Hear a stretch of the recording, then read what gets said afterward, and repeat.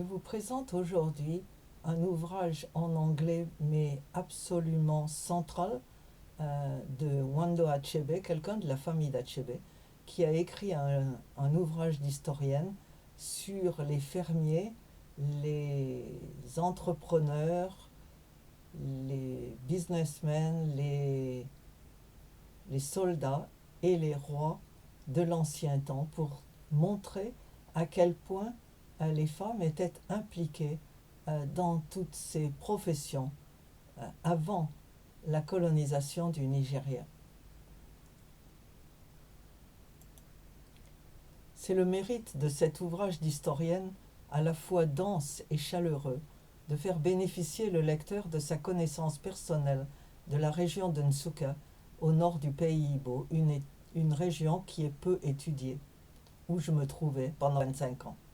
Il s'agit là du texte remanié de la thèse de doctorat de l'auteur, né du questionnement de l'image négative des femmes dans les études sur l'Afrique et enrichi de 10 mois de terrain, facilité par 2 séjours à l'Université du Nigeria en 96 et 98.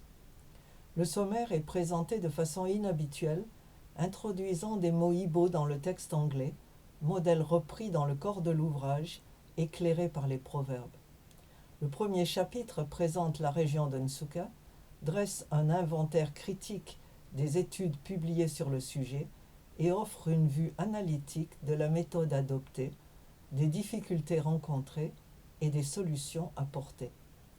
Les 3 chapitres suivants, fortement liés, explorent la place des femmes et ce que l'auteur appelle le principe féminin à la base de l'histoire économique et politique de cette région. Le dernier chapitre, consacré à Acheli Ubabe, commerçante polyglotte, prostituée, chef à brevet, intrigante et reine de la période ancienne, révèle le déplacement des rôles masculins et féminins à l'époque coloniale. L'impression première concernant la richesse des données sur le pouvoir des femmes de cette région est plus que confirmée dans le corps de l'ouvrage, marqué par une prise de position féministe. Achebe aborde en particulier l'investissement de l'espace masculin par les femmes, ajoutant aux données déjà relevées par d'autres, comme Amadi Oumé, et reprises par la littérature, tout en questionnant les positions de recherche traditionnelles. Ce faisant, elle démontre la présence et l'importance des divinités féminines locales et de ces femmes chefs, cultivatrices, commerçantes, guerrières et reines, annoncées dans le titre.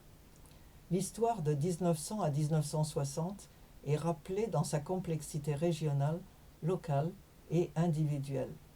L'évolution de la position sociale féminine, depuis l'effacement relatif de l'enfance et de l'adolescence jusqu'au statut d'homme honoraire de la post-ménopause, permet d'apprécier les changements intervenus. Sur la base de l'inventaire des recherches publié dans les années 30 et plus tard sur les femmes Igbo, premier groupe féminin africain étudié, Achebe identifie 3 sources majeures du pouvoir féminin, religieux, économique et politique, et étudie leur interaction. Elle dresse ensuite la liste des activités économiques des femmes, devins, guérisseuses et fondatrices des églises, mais aussi tisserandes et potières. Elle présente son enquête comme le fruit d'une étroite collaboration avec les nombreuses personnes rencontrées de 1996 à 2000, toutes originaires de la région, et qui viennent enrichir les enquêtes sur le terrain.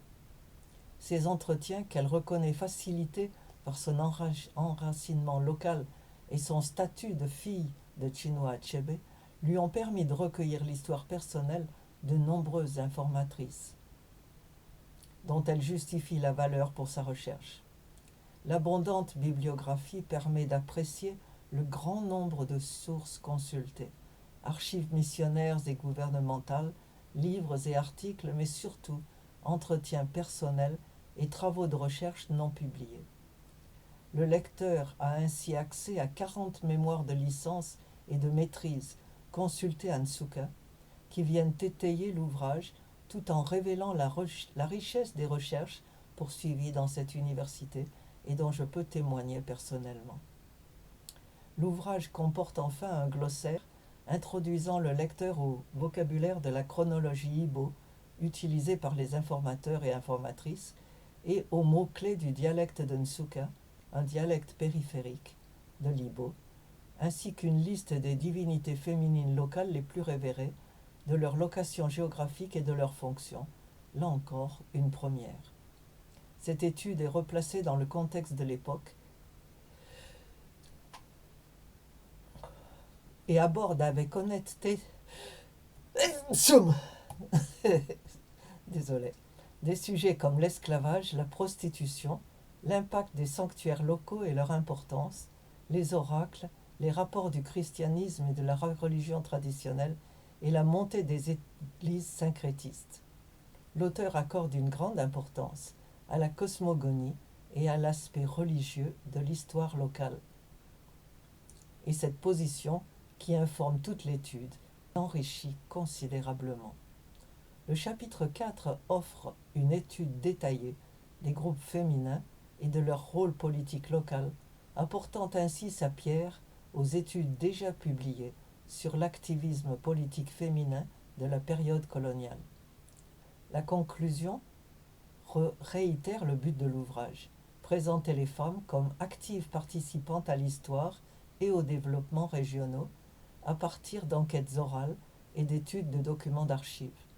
Les dernières lignes proposent 3 pistes de recherche: la nature de la gestion des espaces masculins et féminins, l'histoire de l'élite féminine et les systèmes d'esclavage religieux indigènes.